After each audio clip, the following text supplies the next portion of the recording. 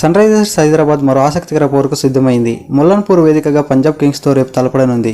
సిఎస్కేను చిత్తు చేసి విజయోత్సవంతో ఉన్న ఎస్ఆర్హెచ్ అదే జోరును కొనసాగించాలని పట్టుదలతో ఉంది. ఇక వీళ్ళిద్దరి మధ్య ఐపీఎల్లో హెడ్ టు హెడ్ స్టార్ట్ చూసుకున్నట్లయితే ఇప్పటి వరకు 21 మ్యాచ్ల్లో తలపడ్డాయి.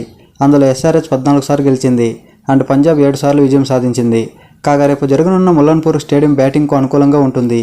ఈ సీజన్లో అదే వేదికగా ఒక్క మ్యాచ్ మాత్రమే జరిగింది. ఢిల్లీ క్యాపిటల్స్పై చేజింగ్లో పంజాబ్ గెలిచింది.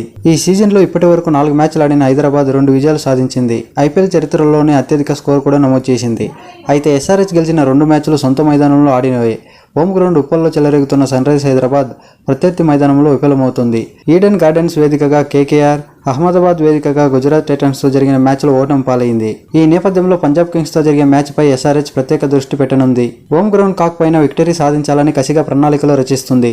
జట్టు కూర్పు విషయంలో స్పెషల్ ఫోకస్ పెట్టనుంది. తుది జట్టులో 3 విదేశీ ప్లేయర్లతోనే బరిలోకి దిగాలని భావిస్తుంది. ఇంపాక్ట్ ప్లేయర్గా ట్రావిస్ హెడ్ను తీసుకురావాలని కూడా ఆలోచిస్తుంది. అలాగే మయాంక్ అగర్వాల్ను, గ్లెన్ ఫిలిప్స్ను బెంచ్కే పరిమితం చేయాలనుకుంటుంది. ఏడెన్ మార్కరం రాణిస్తుండడంతో గ్లెన్ ఫిలిప్స్కు అవకాశాలు దక్కట్లేదు. అయితే రేపటి మ్యాచ్లో ఫిలిప్స్ను సబ్స్టిట్యూట్ ఆటగాడిగా ఎంపిక చేసి అతని ఫీల్డింగ్ సేవలను ఉపయోగించుకోవాలని టీం మేనేజ్మెంట్ భావిస్తోంది.